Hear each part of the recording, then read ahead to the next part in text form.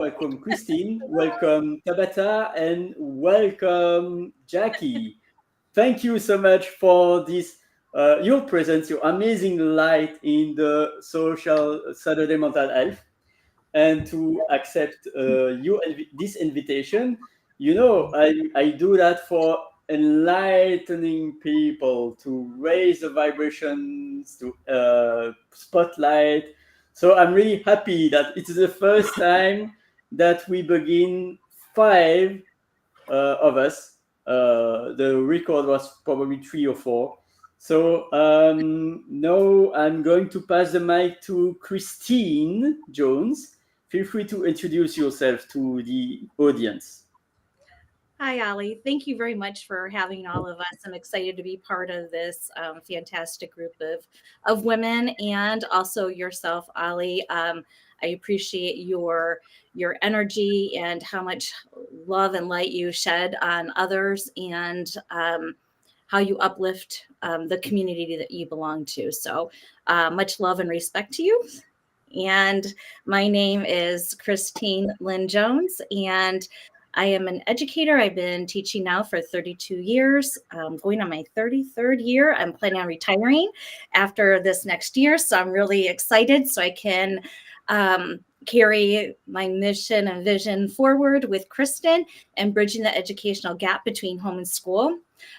So I'm looking forward to embarking upon this next year with lots of joy and happiness. And so we're talking about self-care. And in order for us to be able to make a bigger impact, we have to take care of ourselves first. As some of you know, I've been struggling with my mental health because I have just lost my husband, and I also lost my mom. Well, lost her in the sense that she is almost ready to pass. She's in hospice care, and it's touch and go right now. So the mental health part of it, I've taken very, very seriously. And I've gone on a couple trips, and I was blessed to go with Kristin to Myrtle Beach, and it was a lot of relaxation. So it's just a little bit about me. So thank you, Ali, for having us. Thank you. And now it's to Christine. Welcome. Thank you for having me. It's honored to be here and be a part of this wonderful group. My name is Kristin Lynn Nori, and I am an educator of over 25 years. I'm working as a national professional development specialist and teacher coach right now, while also embarking on a journey with Kristin and opening our own LLC and launching parenting classes to help bridge that gap between home and school. And as she mentioned, our goal is to reach as many people as we possibly can. Today we're going to be talking about mental health and self-care.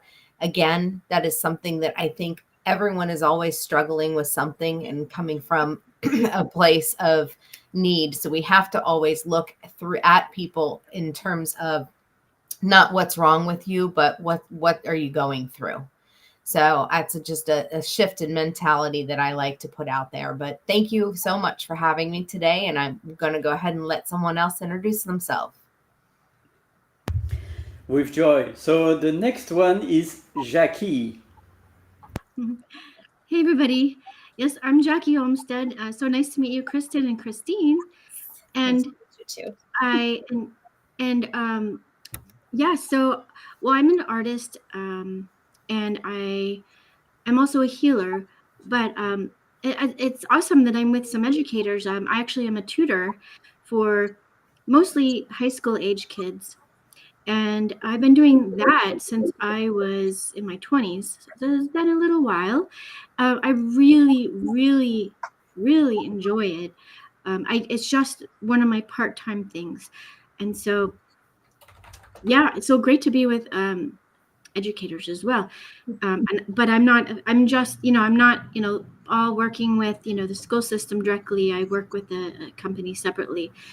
And I help my daughter too whenever she needs it. But And in case anyone's wondering, it's the subject of math and calculus and science. So I do love them very much, but primarily an artist and healer.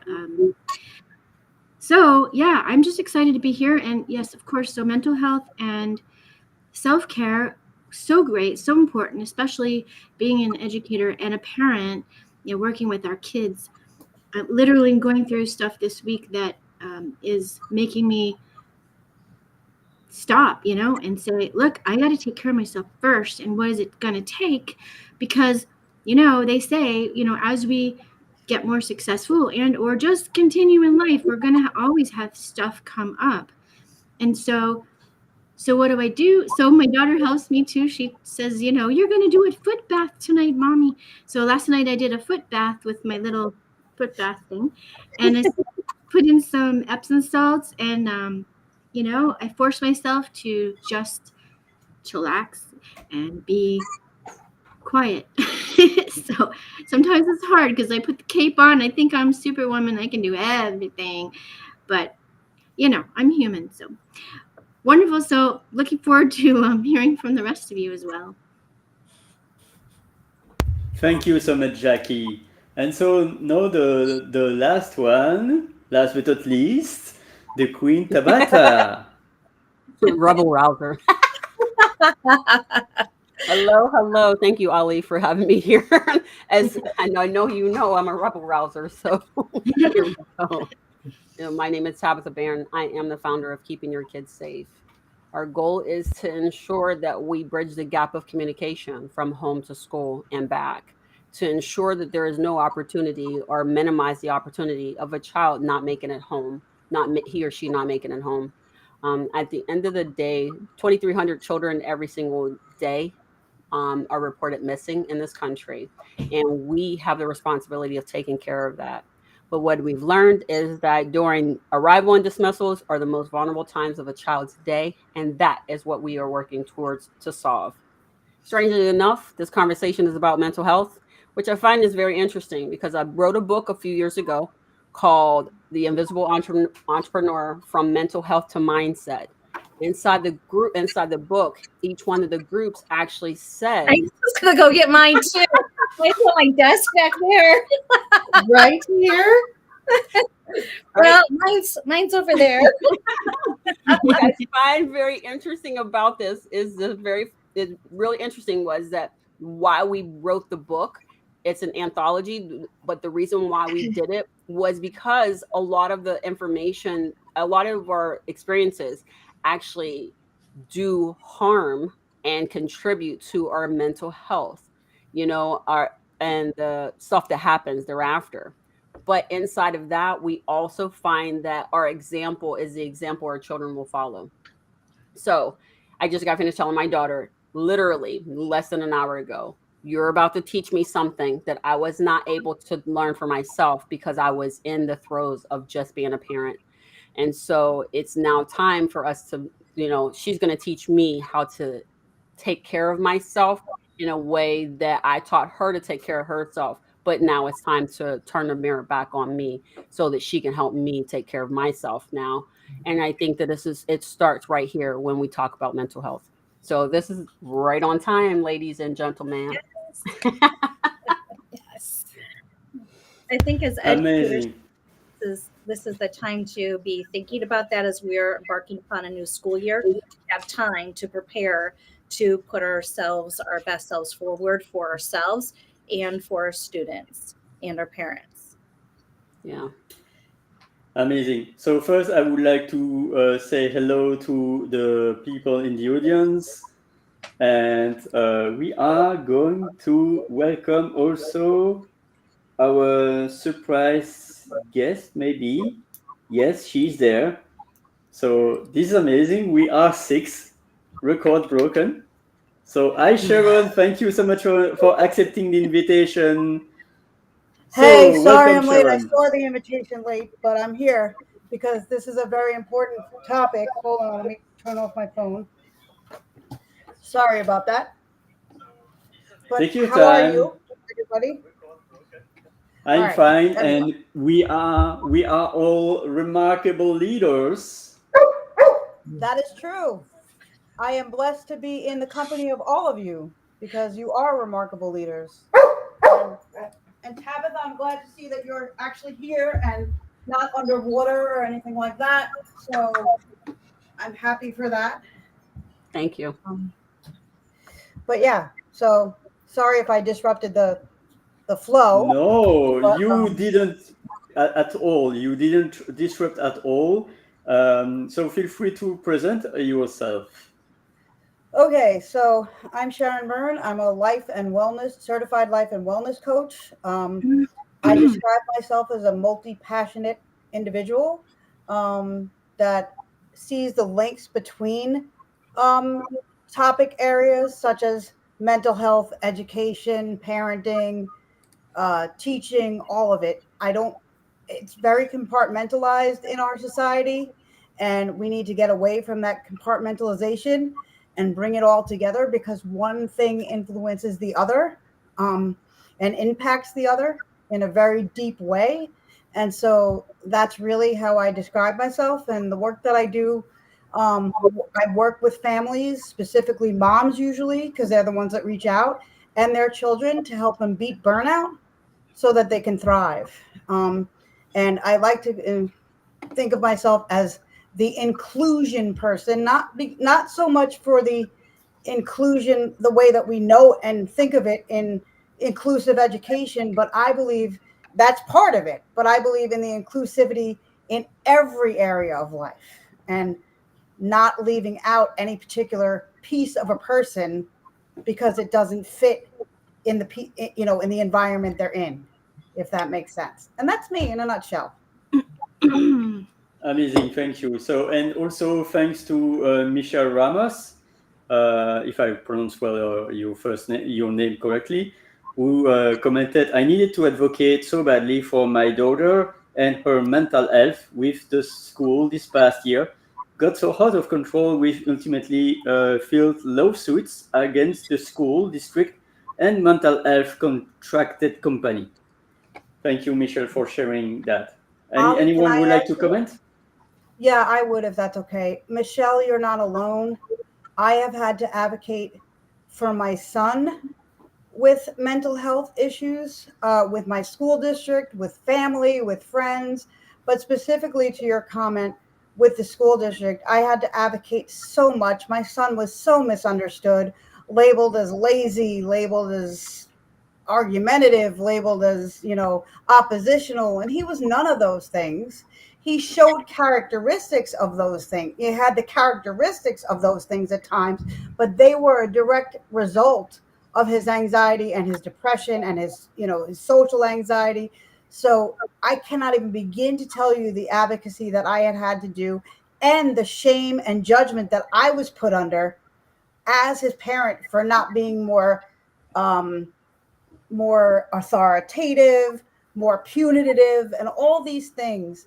And so, Michelle, you're not alone. This is why I do the work. Part of the reason I do the work that I do, because one of the things that I am very passionate about, as everybody here on this panel knows, is giving mental health the same respect and attention that physical health gets. We don't shame anybody for being diabetic. We don't shame anybody for having high blood pressure, but we shame people and families who are dealing with mental health diagnoses. And to me, that is just the craziest thing in the world. And I've experienced it firsthand, and I've also experienced it with working with my clients. So um, it's not something that is idiosyncratic to any. The other thing I want to make clear is it's not idiosyncratic to any race, religion, uh, socioeconomic status, town that you live in. It's broad, and so yeah, that's just what I had to say about that. What I would like to share is this: a lot of parents don't realize that they can sue, and I'm glad that you figured out that you can sue. This is your tax dollar. Your tax dollars is going into education. That's one. A lot of parents and people do not realize that regardless of your situation, your taxes, whether you have a child or not, There are school taxes that are actually attached to your taxes that actually go into education. If you're not getting the outcome you're looking for from your organization, you have every right to challenge them and call them to the carpet. And if they're not responding, then you ultimately have the right to sue them, because there are laws in place, especially around education, that force the educational organizations to actually adhere to. But the problem is, most of the time is that most times parents and family members do not know what their rights are when it comes to educating the children. And once you start to learn and educate yourself in understanding what your rights are, you will get a different response to the organizations you're dealing with. So unfortunately, I think a lot more people don't know that they can do that. Chain of custody is from home, we're handing you my child, and then my child, the expectation is that child is to be returned to me more educated than I left them, but in better position, better condition than where I dropped them off. And if we're not receiving that, don't accept less than that, but to actually challenge the organization. Absolutely. I just want to piggyback on what you were saying, Tabitha and Sharon. Michelle, please feel free to reach out. In addition to what I mentioned earlier, I also work as an advocate along with, and I've had worked with Sharon in the past, but both of us would be more than happy to talk with you and help advise you. Specifically, I work with students that have 504s or IEPs. So if your son does not have a 504 or IEP, please reach out to me so I can help you get that in place, because it sounds like he more than qualifies. Can I piggyback on what Kristin said? My son did not have an IEP or a 504. I guess the school district didn't realize how educated I had become. And they tried to tell me things like he doesn't qualify. And I just kept talking until I found somebody that would really hear me and listen. Because ultimately, Michelle, I see your comment that says you don't care about the academics until your son isn't suicidal anymore. And that is exactly what I was telling the school district as well. There will be no need for academics if he's no longer on this earth. This is what I was saying. So we need to pay attention. And so I fought for an IEP. Well, first they wanted to start with the 504. So I started there, but then I quickly got it converted to an IEP. And what a lot of people don't realize is that children with mental health diagnoses and ADHD, which falls under that category as well, is something called other classified. That's what they classify it on as an IEP here in New York.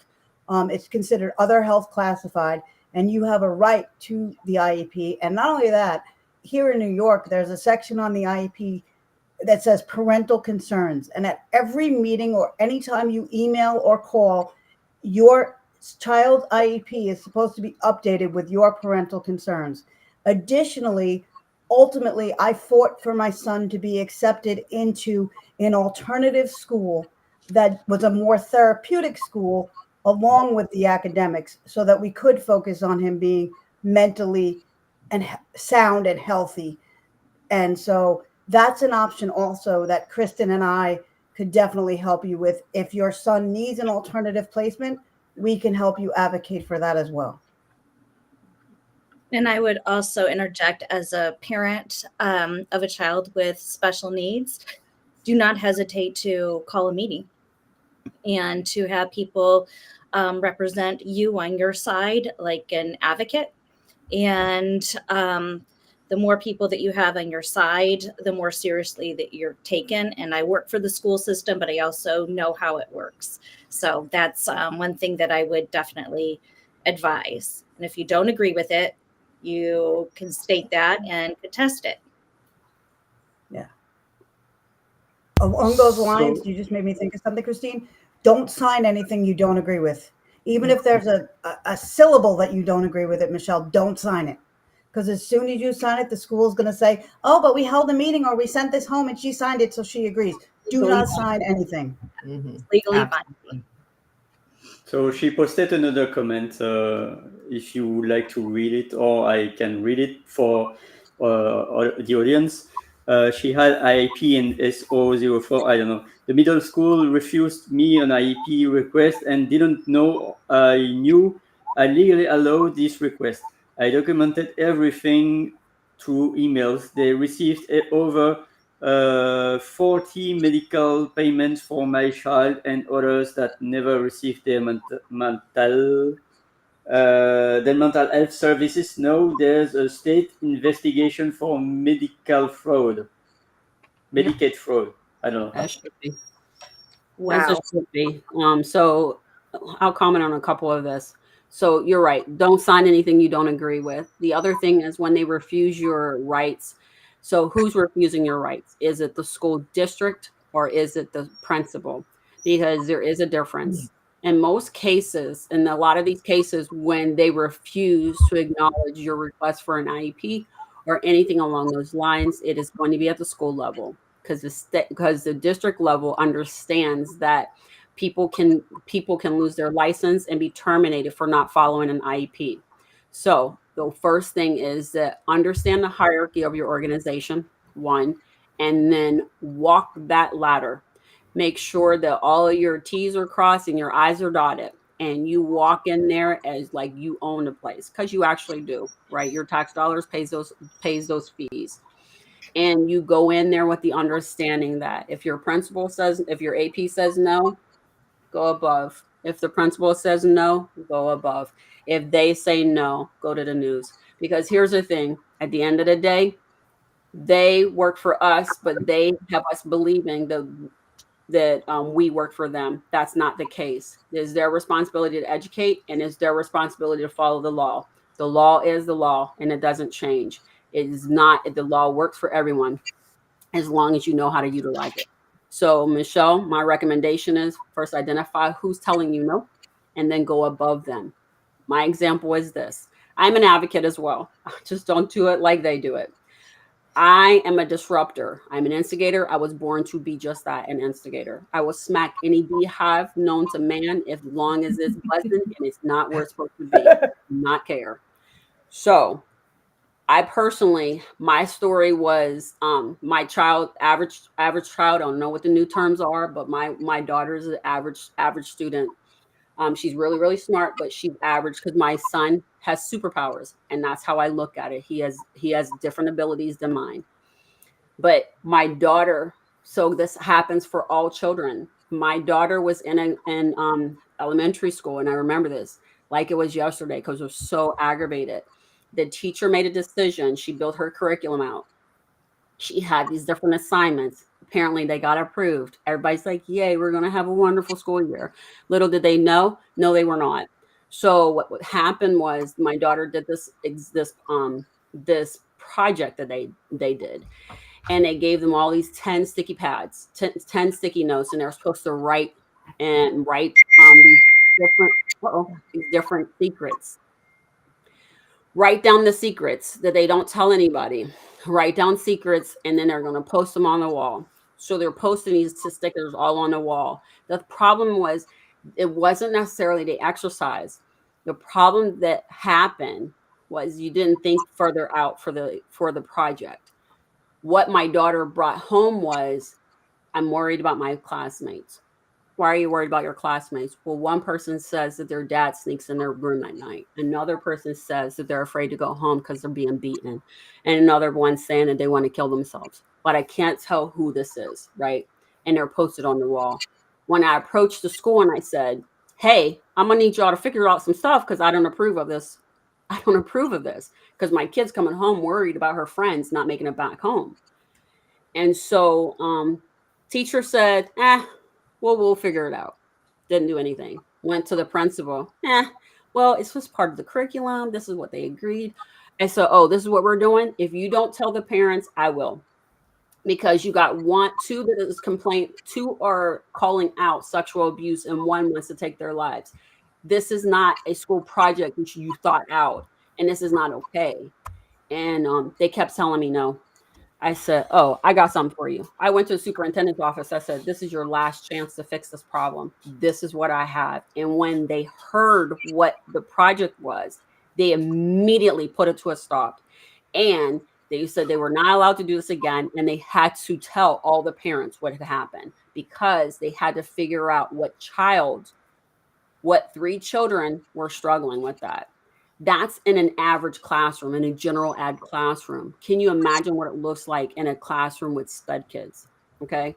That's why I feel like it's very important for us to be able to understand that you are your child's first advocate. You are the first person that's going to run and jump through hoops for them. And if you're not willing to do it, they're not going to be willing to do it for themselves later. So you have got to scorch earth, jump through hula hoops, whatever you have to do to make sure that your child's voice is heard and that you get out of education what you're looking for. And if you want your child to no longer be suicidal, then you have to figure out what that is. But you have the right to go in and walk that ladder up to the highest point and say, I will not tolerate this. And when they get there and they still are not willing to budge, take it to the news. They will crack then, because at that point, now all eyes are on them, and that is not publicity that they want. I have a question. Mhm. May I ask? So I'm not involved directly with the school system. I'm, more on the periphery as a parent and also as a tutor.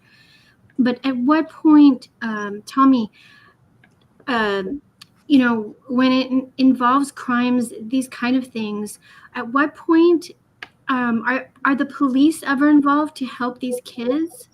I just don't know. I can answer that because I'm in the classroom. So by law, I have a responsibility to report anything that is suspected. And if I do not report, then I am liable. Like, I can get criminally charged. So it is something that I take very seriously. And I have called Child Protective Services more than one time. I also, even though I'm a mandatory reporter, we're supposed to do it on our own, but I always seek administrative help because I always want another set of ears, so then that way I can make sure that I'm doing everything correctly, crossing my T's and dotting my I's. Mm-hmm. But that's in the state of Indiana. And they have upped it where we have to report. It used to be like an administrator could go ahead and report it for us. No, we have to do it ourselves. Wow. Medical professionals and teachers and anybody in education are mandatory reporters. They are known to lose their license and be criminally charged for not reporting. So for that scenario I gave you, they did not do what they were supposed to do, and I knew it. And so because I kept making more noise, they had to fix the problem, and they made it go away. That principal is no longer a principal over there. There was a lot of things that happened. So understand, your tax dollars and your money and your voice go a far way. And when they tell you that it's a civil matter, that is them passing the buck because they assume you do not know and have enough information or support to help you. So when they do that, again, who is telling you that? Because there are certain groups of people, when they tell you those things, it is meant to deter you. And if they can deter you, then they have accomplished their goal.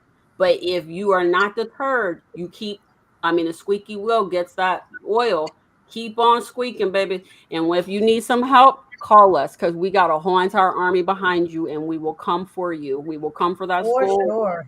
Like a gang of bison. They will Do not know. play with our babies. They will not know what hit them. They will not. And my tagline on my LinkedIn is not a game or a joke. I will be the number one most fierce advocate you will ever meet in your life. You will never see anybody never see anybody as strong as I am about advocacy for children. So you need help, let me know. I love when Tabitha gets going. Yeah, I love when Tabitha gets riled up, because there's no stopping her. But what I wanted to say too, to this point, I don't know, I don't remember what state you're in, Michelle, but I do want to say that every educational system has a hierarchy, as Tabitha was saying. Here in New York, and I think this is nationwide, but I don't know, so somebody correct me if I'm wrong, but there is somebody called a pupil personnel services person. And they are not just for the SPED population, which is what a lot of people think. SPED is special education, by the way, for those that don't know. But the pupil personnel director or whatever they want to put after that title, they are for all students. And I also want to make sure that parents know, especially those in the special ed community, and that includes kids with mental health or other health related issues, you can request that the pupil personnel be director be at your meetings. And when you're told that you don't have a say in who's at your meetings, don't have the meeting, because you can have. I've been at meetings. Kristin and I have been at meetings where we have double teamed school systems, Yes. and we will do it again. So you can have as many representatives for you and your child as you see fit. And if they tell you no, it's a deterrent tactic. They're trying to make you believe that you don't know what you don't know, because they want to stay in control. And the more they stay in control, the more they get to hide behind what they're doing.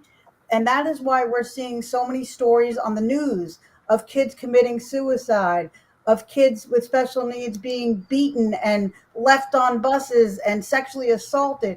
Because if we're not willing to open our mouths, then we're just as guilty as the people that are committing the actions.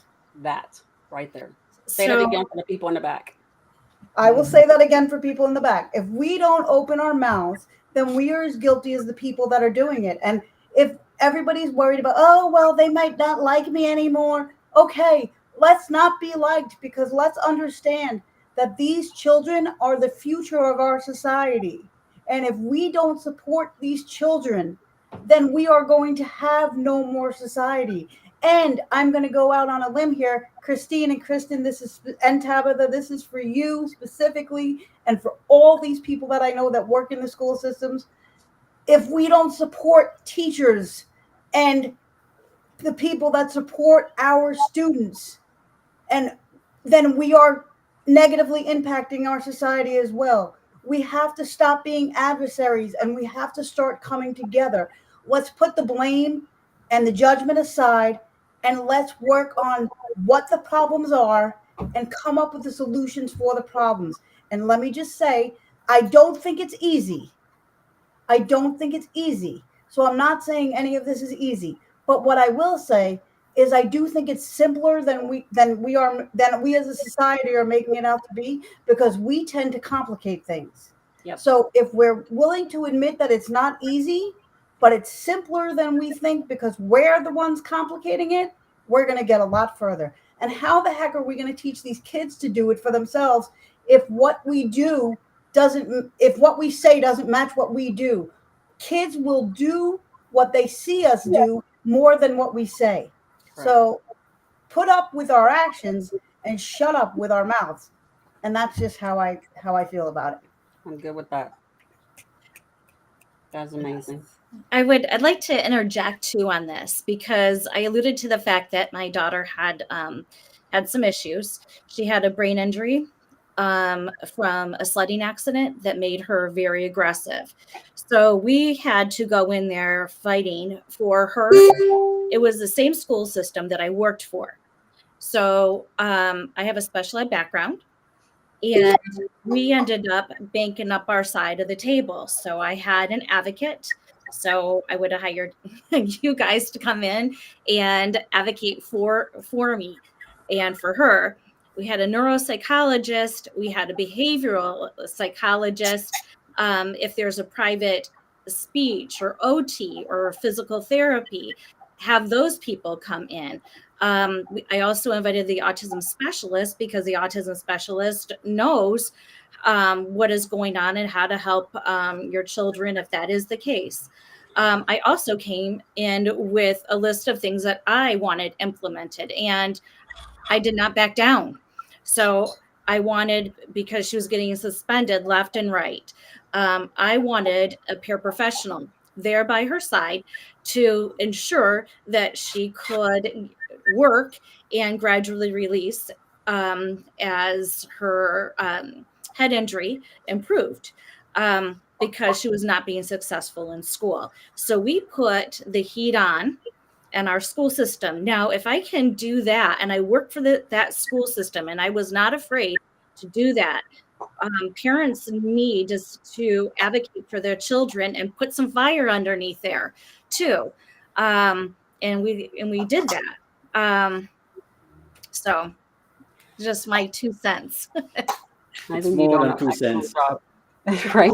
The one thing I want to do is everything that we talked about here contributes to mental health and the lack of it.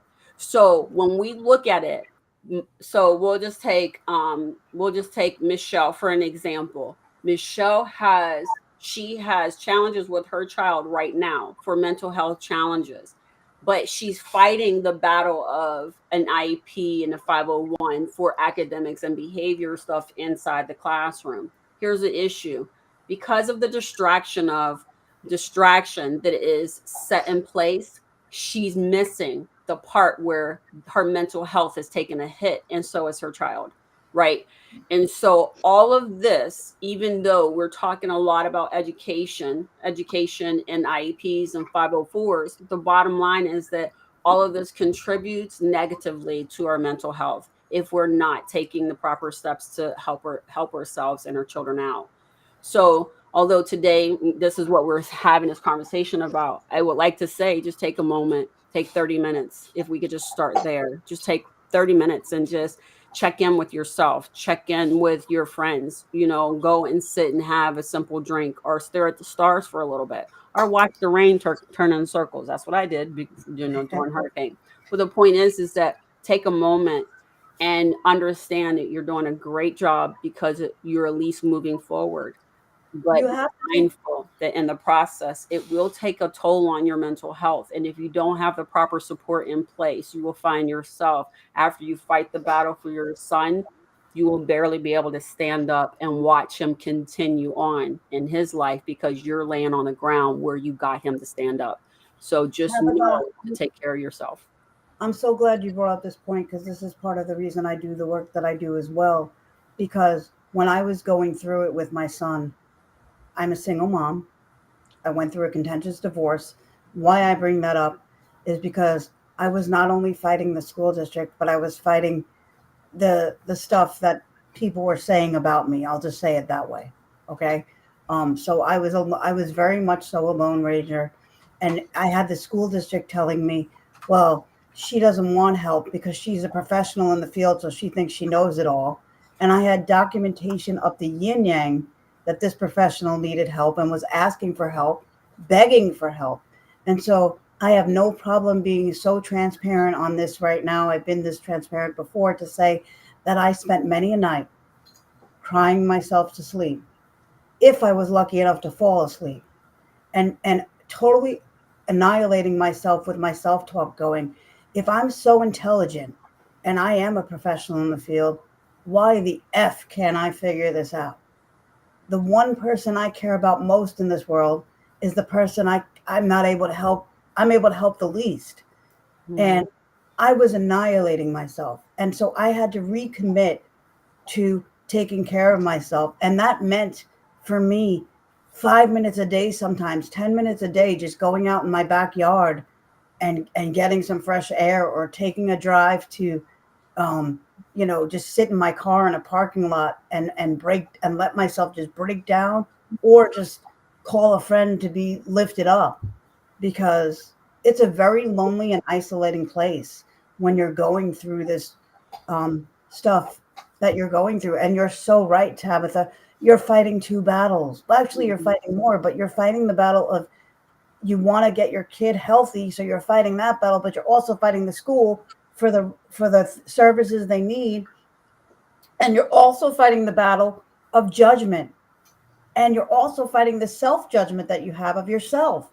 Because I will say, as a parent, I was judging the judgment that I was getting from other parents that were supposed to be friends of mine, that I was asking for help. Instead, the way they were helping me was judging me.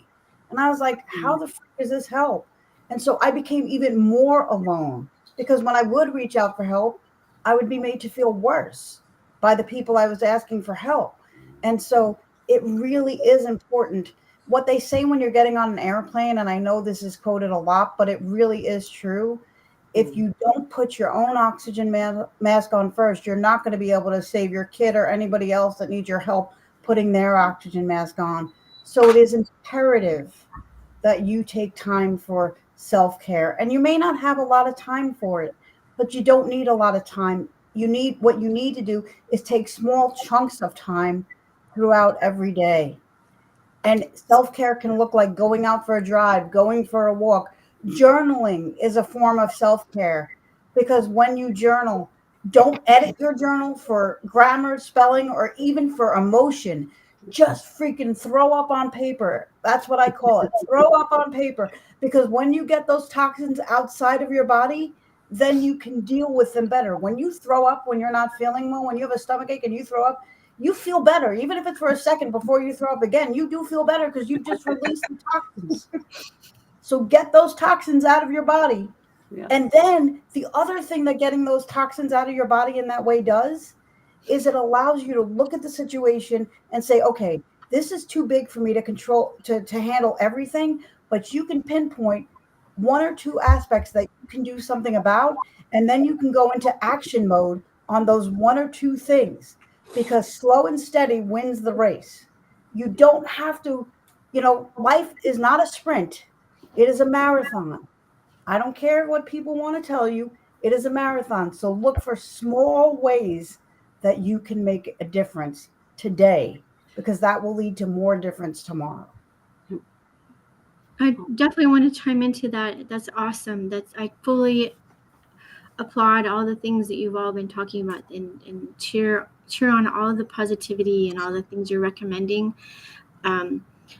As a healer too, I absolutely advocate. I know Davina mentioned in the comments earlier about art, and certainly journaling tied together is extremely beneficial. And as a parent, I do encourage my daughter. I think I lead by example by helping those around me to look since my kid is doing great, and so I encourage her to help others as well. And I think the kids who are not having troubles can also help us. So I would encourage our other parents to say, hey, are you noticing any of your friends or any other kids in class having troubles? I think we can encourage that, to look out for each other, because I know fighting, and this is one of my big things is, fighting the medical system, which of course is another massive beast to try to change from that side. Mm-hmm. But changing it from our side as end users, and people, healing ourselves first always is the, because then you go with the whole supply and demand, do we really need certain things? But yeah, so I wholeheartedly agree. And, I can help the school systems as much as I can, being a parent, and asking my daughter to, be the eyes and ears also for, I'm not in class all day. As you know, I don't see you all day long. I don't know what goes on in there. So please tell me, and having conversations with her, and then on the other side too, by the way, so as a tutor, when I first get there, it's always an interesting challenge, because you have, I know nothing what's going on with this kid. And so I, first want to just say, hey, what is the environment? What's going on? Are your parents supporting you? Like, just being very careful with how I word things, what's going on here, working with their parents and saying, tell me how it's going so that I can support and help you from this end. And by the way, teachers, don't worry. I always say, hey, what are your teachers saying? And tell me how, as an outside tutor, how can I support you? I'm in the outside, because I can't see what the teachers are saying or teaching or asking you for. So if they can tell me and communicate what the teachers want, I said, listen, we need to make the teachers happy, of course, listen, but we also need you to learn this stuff. And that's what they're trying to do.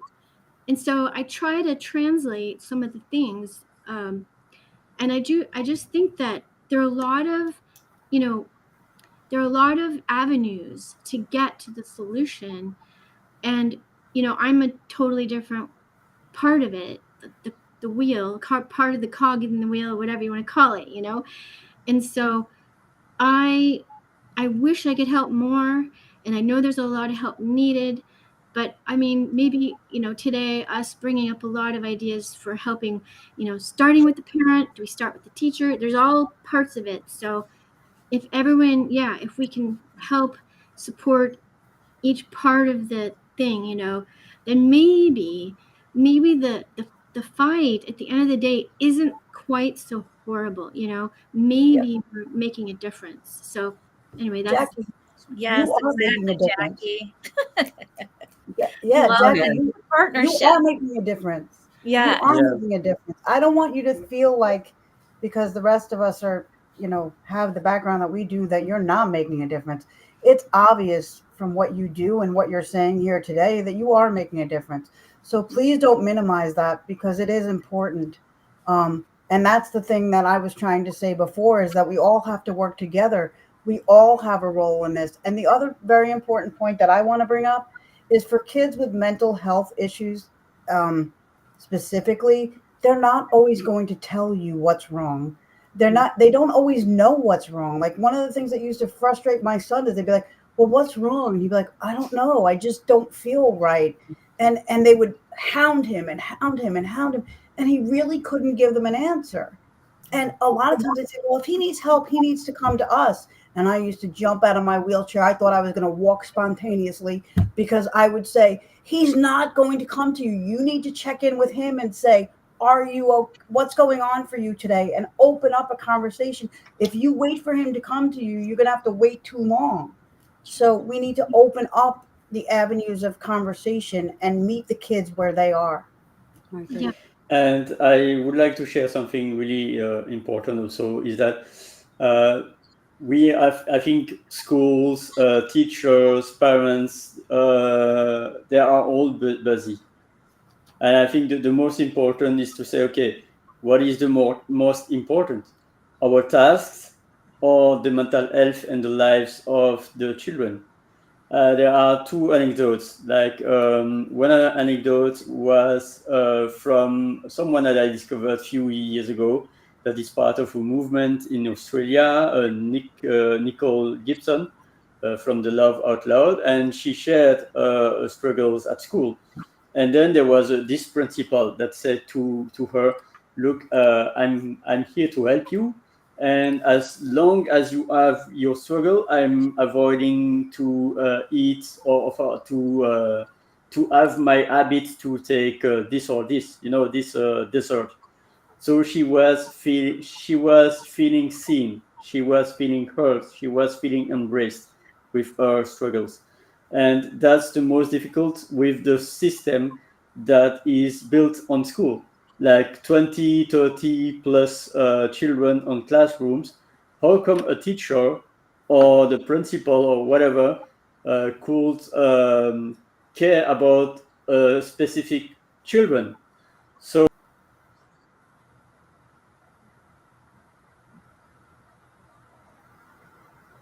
I think your voice just went out, sir. He's muted. Ollie, He has a fancy microphone. Oh. I need to charge my laptop, so hands over to you. Okay. So the one thing I will say is this.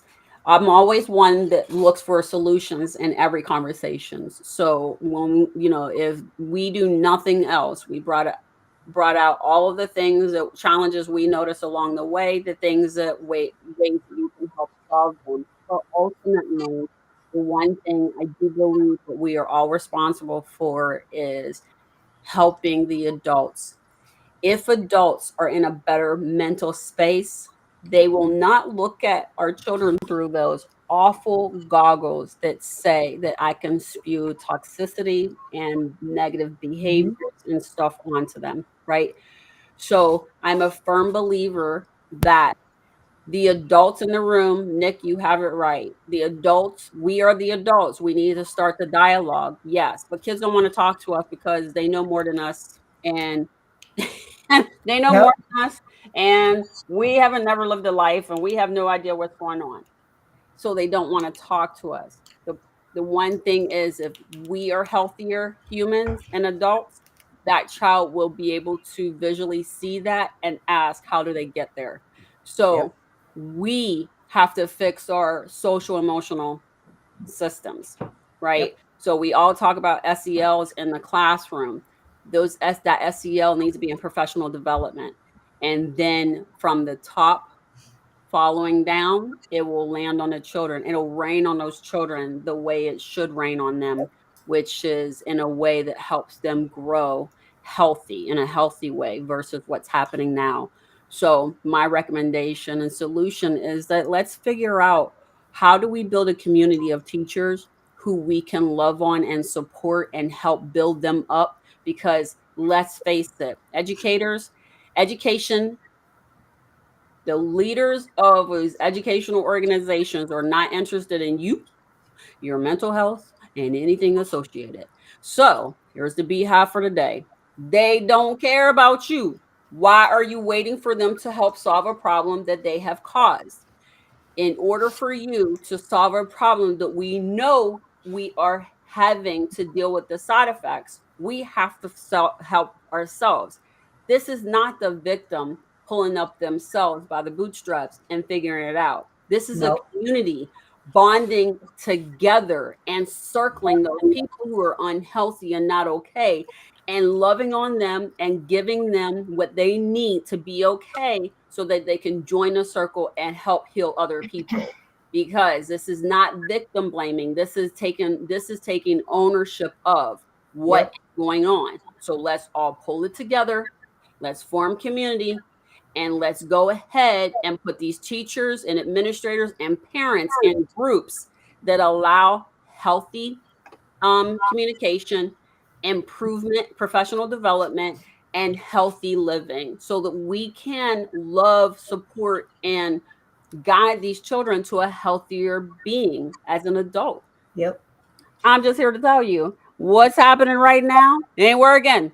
Try something And that's else. the thing, you can't keep Kristen doing and the I are same. going to jump in at this point, because Kristen and I are just like all of you. We want solutions to the problems. So we have come up with a solution. We have a book called Bridging the Educational Gap Between Home and School. We developed a Venn diagram because there was not one created between those two groups. Yay, Tabatha. Yay, thank you, Tabatha. Yeah, mine's up there. So we're very excited to provide Bridging the Educational Gap as the book as a resource. It's a resource it's going to be utilized for our parenting classes. And we're going to do a few parenting classes, and then we're going to take that a step further, and we're going to be tapping into the schools and literally bridging the gap between home and school. So we are having these dialogues together to help with mental health and to have our students succeed, because we know when parents are involved, Jackie, I'm sure you can probably relate to this. You are a very involved parent. Your child's scores go up, they're happier, they're healthier, they're more well-rounded. So it is our turn as parents to step up and advocate for our children and bridge that gap between home and school. And we are here to help. So Chris, it's a lot of talking. So do you want to go ahead and fill in?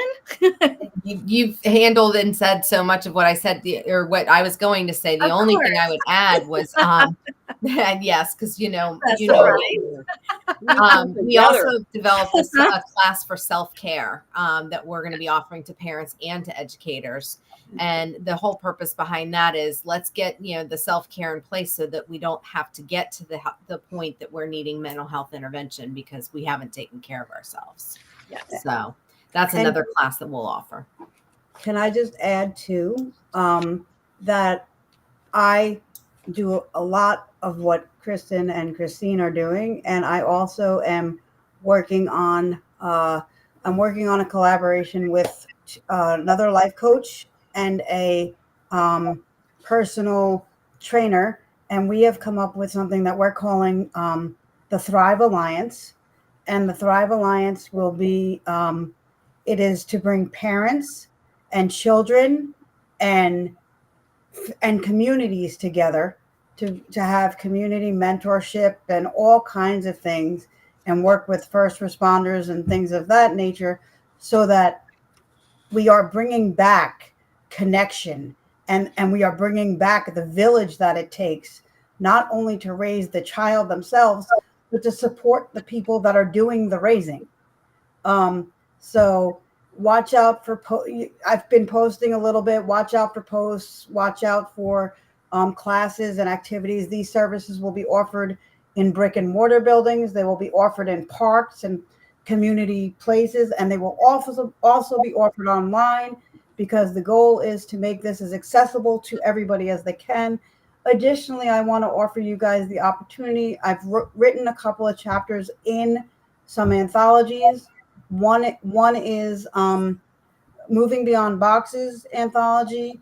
It's available on Amazon, and that chapter talks about me finding my voice through parenting to become more of an advocate. That's, a more intense advocate. I've always advocated for myself after watching my parents do it, but I was being shut down by the school and by my ex-husband when it came to advocating for my son, and I realized he was falling through the cracks. So read that chapter if you want more information about my journey on that. The second chapter I wrote is in the Rattled Awake anthology series, volume 10, and that chapter is called Don't Leave Your Kids Behind. And it talks about something that I call choosing to infuse. And that means it takes into account that parents have to work a lot. They have to work in today's society. A lot of parents don't get the chance to be a stay-at-home parent. So you have to work, and you have to and you have to be emotionally available for your kids, all of it. And so there is a way to not feel, look, there's no 50-50. Something's always going to be a little bit, more up on the seesaw than down. So don't look for the 50-50, but look for ways to infuse. I'm not going to go into it here, because you can definitely get the book, which is also available on Amazon, and read the chapter. And then if you want more information or you want help, reach out to any one of us here, or reach out to myself after reading my chapters.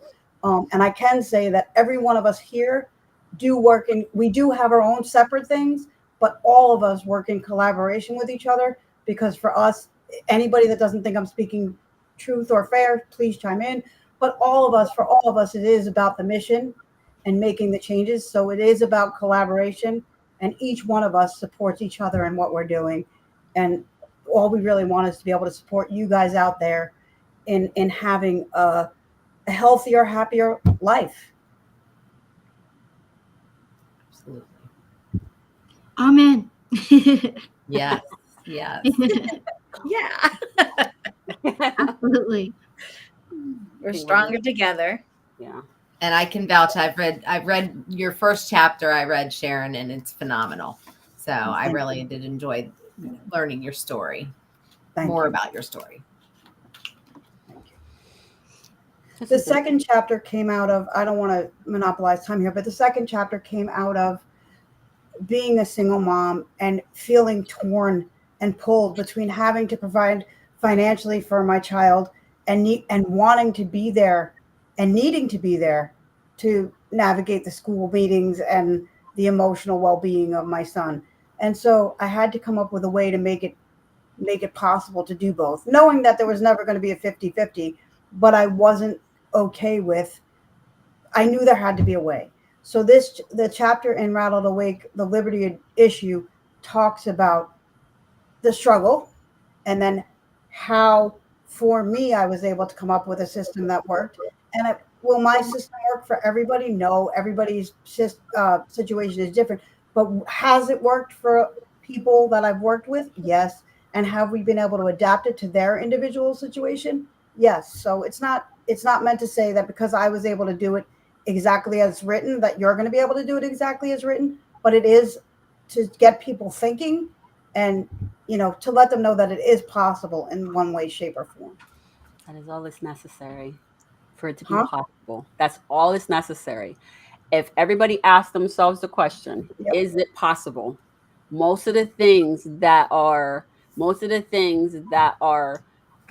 question marks in our heads will no longer be question marks, because if it is possible for your child to be get misplaced after school, that means it's a problem to be solved. Is it possible that your child is being shut down or abused at school? So as long as it's possible, the opportunities for improvement always exist. It's when you shut down no possibilities and it's an absolute, this cannot happen, that's where people find themselves in places where they don't know what to do. So for all those parents who are single parents trying to work their way through systems where you feel as though everything is against you and it's not working, stop digging. Just stop digging. That's part of the problem, is you're looking for a solution in a place that the solution doesn't exist. Stop Nope, digging. you have to create the solution that works for you and your family. And you Stand- can't Yep. do it alone. And I do want to say that Christine and Kristin's book, I've read it, I've seen it, and it's a phenomenal resource, and it's a great place to start if you're not sure where to start. Thank you so much, Sharon. Especially at home, because the part is that I'm a firm believer. Parent 1 is home. Parent 2 is the school. Your bonus parent is the community. All of those together will equate to a very healthy and well-balanced child. When you have those things that are eliminated, you will notice a difference in the children. Take a look out your windows, because if you're paying attention, these kids now have no sense of community, and therefore the community did not help. And then school is a bad parent, and then home is a bad parent, because co-parenting together, they should be working together. But what's happening is school has isolated the children away from the parents, so they can do whatever they want in those four walls, and you are none the wiser. And for that reason, those systems are giving us what we currently have today, which are unhealthy and unhappy children. So in order to get us back to, and I'm not saying it's going to be greater this way or anyway, bottom line is you got to get back to where we're all contributing to a healthy individual versus everybody in their own boats. Go to your own lifeboats and swim on your own, on your own. Life doesn't work that way. And you're teaching children that thing. And that is what we're witnessing in front of us. Kids who do not know how to ask for help, kids who do not want the help, kids who do not see the need for you. That is what we've provided them. When we took away the ability to co-parent with the other parent, which is your school. How dare you how dare you take everything that I have, all the value systems I put into my child? How dare you, as a co-parent, strip out what I put in and pour in your garbage that is not going to serve them, but serve you? That's what I mean. Parents, you have options. Make a different decision. That's it. The question is, is it possible? Yes. 3 parents is right. That is correct. The bonus parent. Everybody needs a bonus parent. Yes. How many times did I get called? My mom get called because of stuff we were shoot, if my mom didn't get called, my aunt got called. My grandma. My mom was a bonus parent. I can share something. I need to remember the name, but in Belgium, I was attending a conference, and they set up a system in the Netherlands or in Belgium. I don't know where exactly, but it was a brother buddy. It was like, okay, a child were able to be in a group in a specific place where the child was able to express their struggle. And so that's also the system of the third parent, to be able to be in a space where they are heard, where they are seen, when they can go with trust and psychological safety to tell about their struggles, or if someone is bullying them. That's really important. And quickly, I will share my struggle was when I lost my mom, and my dad decided to bring me in boarding school 2 years. I was on my own, and I was not finding the psychological safety space to be able to express my struggles. And I want that stop for any child. I want children to be able to find a space where they can tell, where they can talk about the struggle, and when they are heard, and when they are seen, when they are acknowledged, and not say, "Oh no, it's nothing." No, they need to be listened. They need to be embraced and hugged as they are. That's my share. Thank you. Beautiful share, Ollie, and very well said and very true. How can we teach kids that they matter and to value themselves if every time they try to come to somebody to talk about something that's bothering them or something that they're not sure about, and we go, nah, yeah, go away. We're doing math right now, or we're doing, or sorry, but I'm doing the dishes right now. We need to reset our priorities, and that's what I'm, and not even reset them. We really can. I'm a big believer in we can infuse learning into life, and we can infuse life into learning. And I know that I've spoken to a lot of teachers, and I know that teachers want that back as well. They don't like this teaching for the test, because we're preparing kids for a life of test taking. We're not preparing them for, I can't tell you how many teenagers I work with right now who are making the transition from school to college or life after, maybe a job, and they have no idea. Their anxiety is so high because they're prepared to take tests, but they're not prepared for life. And that's on all of us. That's a systemic problem. It's not to blame the teachers, it's not to blame parents, it's not to blame the kids. It's a systemic problem, and we need to start dealing with these things systemically and get rid. I know I've said this earlier, but get rid of the blame and judgment, because when it comes down to it, what is the blame and judgment and everything getting us? It's just getting us a more messed up society. And you have parents that are losing their minds and their mental health because they're trying to navigate it all. A lot of these parents are getting blamed, and they want to be in act, interactive parents. They want to be involved, but when they do get involved, a lot of times the school says, "No, we got it. We don't." I can't tell you how many times the school district tried to stop me from bringing outside professionals who have been working with my son into meetings. So now they didn't stop it, but you know what they said? We don't listen to outside professionals. So you can have them in your meeting, but we're not going to take their suggestions. And I said, why not? They're working successfully. These things are working at home. Why wouldn't you implement them at school? Well, no, no, no, no. And they would send you to a school district person to do an evaluation that was on their list. And if you don't think that person was biased, you're out of your mind. So it's got to come down to dealing with this stuff systemically. But the only way we can challenge the system is to be willing to to have break our it. voices heard. You have to break the system. Yeah. Nothing works in its current state unless you cripple it in a way that it Yep. cannot successfully move forward. Here's my suggestion. 11 million children, take them out of the public education system. It will come to its knees and will force a change. Nothing gets changed in a vacuum. And the change that you have that happens today in this upcoming, we'll just say in 2024, any change that gets implemented now, you will not see the benefits for at least 10 years. So, in order for you to solve this problem, we have to start now. And you have to break a system who is not willing to listen. And that is your tax dollars and everything else. So, it doesn't matter. Like I said, I was born to be an instigator, and I'm here to instigate. I am very much with breaking an educational system, because when it can stop sending our children two directions, one to the work field to work as an employee only, and one into prison. You've got to stop this, because this cannot continue. Our systems are breaking or bursting at the seams in the criminal system. And we have so many employees, we don't have enough jobs for them. And then you add robots and AI that are continuing to take things away.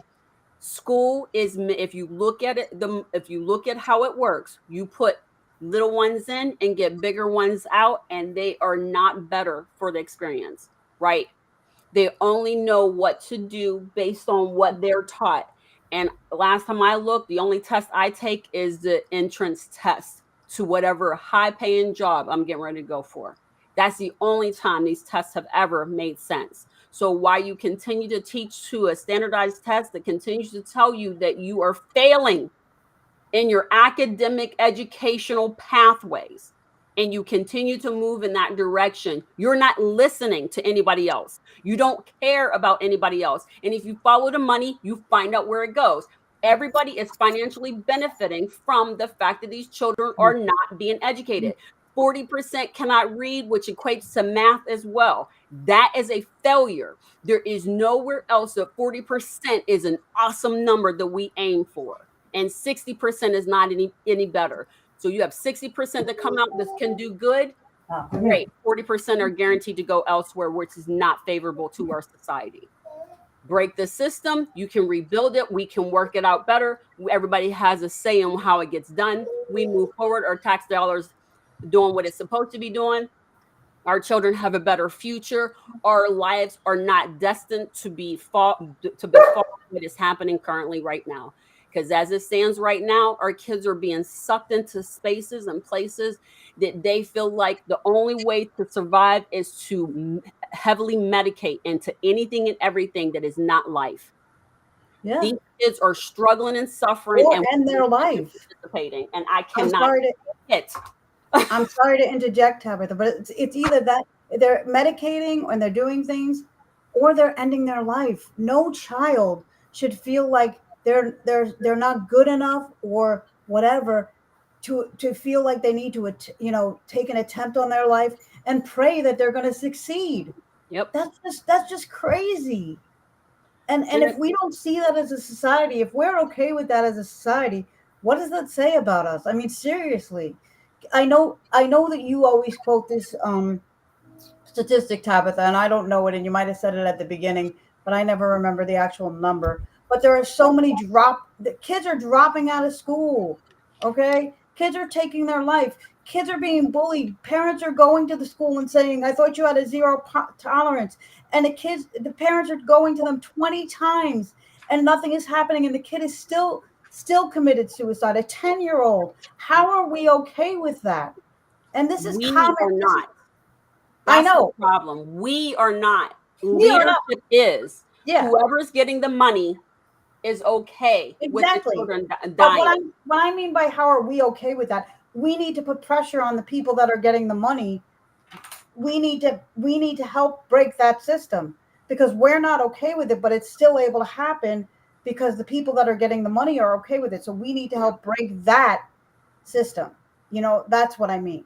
Right. But the bottom line is no kid should be put in a position that they feel like the only way out is to end their life. Right. So if we say 50 million children go to school every single school year, 44% of them actually report depression. 37 report anxiety. 40 to 60% of them report test anxiety. 90% are sleep deprived. How are we okay with this? Right? So when you start to look at these things, it's very interesting. How many, and then when you look at the bullying stuff and what happens for the bullying, so there's so many of them that are constantly having these problems, but we can change it. Jackie's a tutor. Kristin and Christine are both advocates, both teachers. Y'all could form a school external from the school. You can pull these kids into programs that you create in your curriculum, and you can pass those students along in your classroom, virtually or in person. You can improve the trajectory of a child's education just by pulling them out of a system that is only focused on the numbers at the end. Yep. And you can shift and make a change. If you have enough pods in the United States that do this for their children and start pulling enough children, let me be clear. When I started my business in 2014, 2014, there were 225,000 children that attended Houston Independent School District in Houston, Texas. The last time I looked, they are down to 187,000 children. Yep. What happened to all the kids? Parents got tired. They lost a bunch during COVID, and people are choosing a different educational system. You're speaking my language, Tabatha. So that's part of what I want to do. That is what happens. So if we all sit here and say, okay, we make a commitment to start pulling people in, Christine's like, oh no, I'm not messing with that Tabitha. When I retire, I'm out. Right? I want to do this no more. But the point is that parents can do that now. You can do that now. We have a lot of engineers, we got a lot of doctors, we got a lot of people, very highly educated individuals that can take a subject and teach that child. There are parents that are doing that, Tabatha. Exactly. I know parents that are I don't know what they're calling it, but they pull their kids out and they have to go to work. So what they do is each parent takes a day of the week or two where they work from home and they teach, and then the other parent does, and they're finding it to be very, very successful. Yep. And you're speaking my language, Tabatha. This is part of what's on my vision to do, because I saw what being out of the school district did for my son. But not all the kids have the ability to go through the school district because they don't have, like I fought hard, and I would rather see it be a situation. And I want teachers to have the joy of teaching back also. So they can go out and teach. Yes. Let them go out and teach. They can take their skills and put it into a different place. They don't have to be in the organization to do so. We have got to get rid of this limiting. These other people are limiting what we think we can accomplish. We can do whatever we want it. We have been gifted the ability to do and function however we choose to live on this planet. Teachers choose to go to school every day because they want that paycheck. But Christine, if I paid you, if we had a bunch of teachers and we were able to pay you to teach, not in the organization, but at home, would you take the paycheck as long as we can give you equal what you're making? Okay, and you're the wrong person. I know I'm the wrong person because I love to see my students face to face. So you're the wrong person because I can't, because I just realized you are trying to save your job. Kristin. I want to ask you. I can't ask you those questions. Yes, I will answer as a former educator. While I love that time hands-on with kids, yeah, absolutely. If I could work from home, I mean, I love working virtually and being able to even do the professional development work that I do virtually. We're moving in that direction even for coaching. My organization is talking about beginning coaching from the standpoint of having students, a coach in their home able to look through video services through gosh knows what all is out there and actually watch into the classroom live as the teacher's teaching and see it from the teacher's perspective so that she can see the students, so the coach can see the students and how the students are reacting to the teacher and getting that feedback. So I think absolutely it would be really honestly a cool job. It would be a challenge. It would definitely be a challenge, but I think it would be really cool. But I just want to, Tabatha, I know that you're passionate and so am I, but I appreciate your passion and my passion is right there with you. But I do want to say this because I do have a lot of friends that are in the teaching profession and they do have to go into that building because they do need that paycheck because their family's livelihood depends, survival depends on it. And what I want, right, besides making our own schools, is I want to go back to a system or kind of not go back to, but infuse more now where teachers aren't leaving the profession because they're being judged and evaluated on things that they shouldn't be judged and evaluated on. I have had teachers that have lost their jobs or been demoted, friends, because their class didn't score well on the standardized BS testing. So I agree with you that we need to make that systemic change. And you, Tabitha, we've had many conversations that I'm all about pushing against the system. That's why I'm not working in the system. But I also want to support the people that are in the system right now to make the system be the best that it can be while we work on changing it. And I don't think that these individuals who are committed to, you're losing really good, committed teachers who really care about their student body because they're being evaluated on the wrong things. That's all I wanted to say. You're muted. I don't know what happened, Ollie. Always sound. Oh no. Sorry. So diving into Mike. So it's not only children mental health; it's also teachers' mental health. There are also teachers that take their life, and teachers that leave school. And when there are less and less people in school system, then guess what? There are teachers that are doing diving into two classrooms or three classrooms at the same time, or classrooms that are like 35 or 40 or 45 children. This is not the school that I want to see. So it's not easy, and it could be easy to say, hey, let's change the system, abracadabra.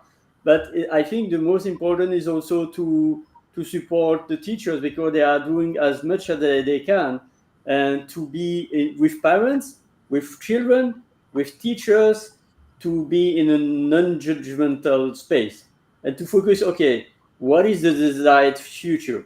What is the world that you want to see? And how could we implement that step by step, gradually, and not to have overwhelm? So I think the most important also is to pressure the system, to pressure the government, the politics, whatever the decision, to say the most important is to bring joy and not to focus on test, on task, to put more on the heart and less on the head, and to foster collaborations also. To say, okay, why each children has to master 36 different topics? Yeah. Let's say, okay, this focus to 3 to 4 topics, and this one to 3 to 4 topics, and let's collaborate each other rather than to be 100% perfect in 36 topics. I don't like that. That's my share. Thank you. I also wanted Ollie, to I love it. I also wanted to say this. One of the things that we need to do is to focus on that we all have a common goal, which is to help the children be the best that they can be for the future. So if we have a common goal, why must we be adversarial and debate who's doing it better and which path is better? Why can't we need to realize that there's more than one path to get to an end, and we need to focus on the outcome. And if Tabitha has good ideas and Ollie has good ideas, take those ideas and use them along with other good ideas. And if we notice that if I have an idea and it's not the best and it's not working, then okay, it's not working. So let's revamp it so that it works towards the common goal. Not be judgmental and say, you know what, Sharon, that really, that doesn't work. And let's write you up, Sharon, because that was a dumb idea. No, it's not about that. It's not about that. I get what you're saying. I do get what you're saying, Sharon. So let's go back to the one part where you're teachers. Everybody needs a paycheck. That's very much the truth about living, right? Everybody needs a paycheck. You take 50 teachers and you tell them, you have one in leadership, and you say, hey, if I help you create a school, if all 50 of you can come together and create a school and run it, they can keep their teaching, and then they can get the tax dollars, right? Do you get what I'm saying? So there are options to this. And my thing is that we shouldn't be adversarial, but the only time you notice that happens is when someone says that they want to keep things the same, or they're trying to work within a system that is not here for them. So I get what you're saying, I just feel as though, honestly, there are options. And I think that we have a tendency to get caught in the only option we see. And that's the problem. That's what I'm saying. So from a mental health standpoint, you're right. You have to help solve solve this problem. But you employ 4.4 million teachers across the United States here. And 50% of them want to quit. So that's a problem right there. If you take 50% of the teachers who want to quit and you say, hey, if I showed you how to bring up a new school, would you want to go ahead and lead one and let them have 50% I of agree with the you. staff go there? But I do not agree with staying within a system to solve a system that has not been created for everyone. I agree with you, Tabatha. Yeah, I don't know what just happened, but I'm. Me either. But I agree. It is just me playing with technology and saying that Tabatha, let me just say that I agree with you. Okay. I do agree. I need to finish off as well, and then I have to go soon. Yeah, I gotta go. Yes, so But let's share. I just- Jackie, I don't- the mic is yours. I only wanted to last thing say is I totally agree with the pod idea, and honestly, like, in taking education to a different sector or in parallel with the public and private sector finance. I know there's plenty of money out there to fund these kind of things, but I just saying I'm supporting that. I would love to be a part of that kind of thing. And the other thing I was going to mention is that I found it very fascinating during the lockdown times. My daughter did the digital academy, and here locally we have a digital academy. It was she for 3 years was in the digital school system, and it was fascinating to watch how the teachers reacted to it and the kids. And a lot of teachers could not do the video classrooms, and it's not their fault. It's just I think that teachers weren't supported in how to do it. It's a totally different way of doing education. So I just want to say it's all possible. It's great ideas. I love it. And I support all of you and all of your amazing ideas. So cheers. Awesome. Thank you. Thank you, Jackie. you. So feel free to jump off if you would like to jump off. But first, Jackie, thank you for your words. And so we are going to wrap up. It needs a chapter 2 for sure. Probably next month. Who knows? I'm happy to do it in 1 month for the chapter 2. So who would like to take the mic before leaving? Oh, as we're going out, we're doing like Sound of Music. So long, farewell. Oh. Apparently, Tabatha can sing for us. I cannot. I just know the words. Here's what I'll say at the end of this. Thank you very much for allowing me to be a part of this panel. For all those families out there who are struggling with various 501s, IEPs, and mental health challenges with your child, just know that you're doing the best you can. And just know it's not a but. You have the support. You just have to be willing to ask. No one gets, if you're constantly looking at the bottom of your boat, you don't realize that there are a million other boats around you with the same identical problem. So what I would strongly recommend and suggest is you join our community. And we're here to help and support you. Know that we got you no matter what. And when it's all said and done, if you don't know what to do, stop digging, because then you will find the answer. Thank you, Queen Tabatha. Next queen. To that, I just want to add really quickly that as a parent and as a professional, you are not alone, and I understand why you're looking at your boat, because you're afraid to come out of your boat because you've been judged, you've been blamed, and I want to be here to encourage you to come out anyway and to come get the support to do so. come find me, come find Tabitha, come find any one of us on this panel, or anybody else for that matter that you feel comfortable finding that will help you.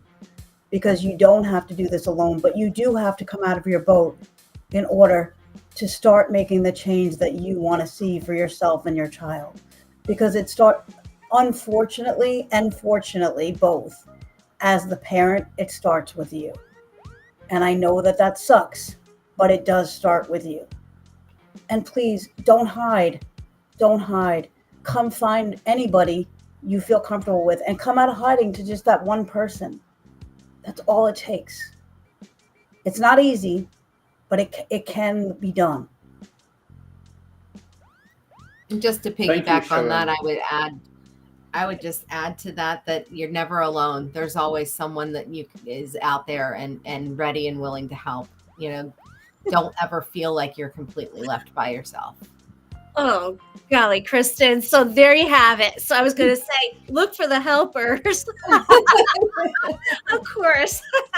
That's why we vibe so well.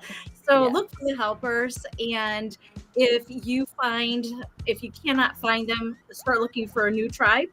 Yes. And look for new supports. You might have a strong advocate, but I keep on, like right now with my daughter, I've handpicked each person, and I'm like, is this the strongest I can get? I don't think so. So then I level it up again, and I've leveled it up to a point where she has a rock star support system. That's what we need for each other, and we need it for our schools, and we need it for other parents need to band together and have those strong supports. So look for the helpers. Thank you, everyone. Thank you. Thank you. Bye. Keep shining, everyone.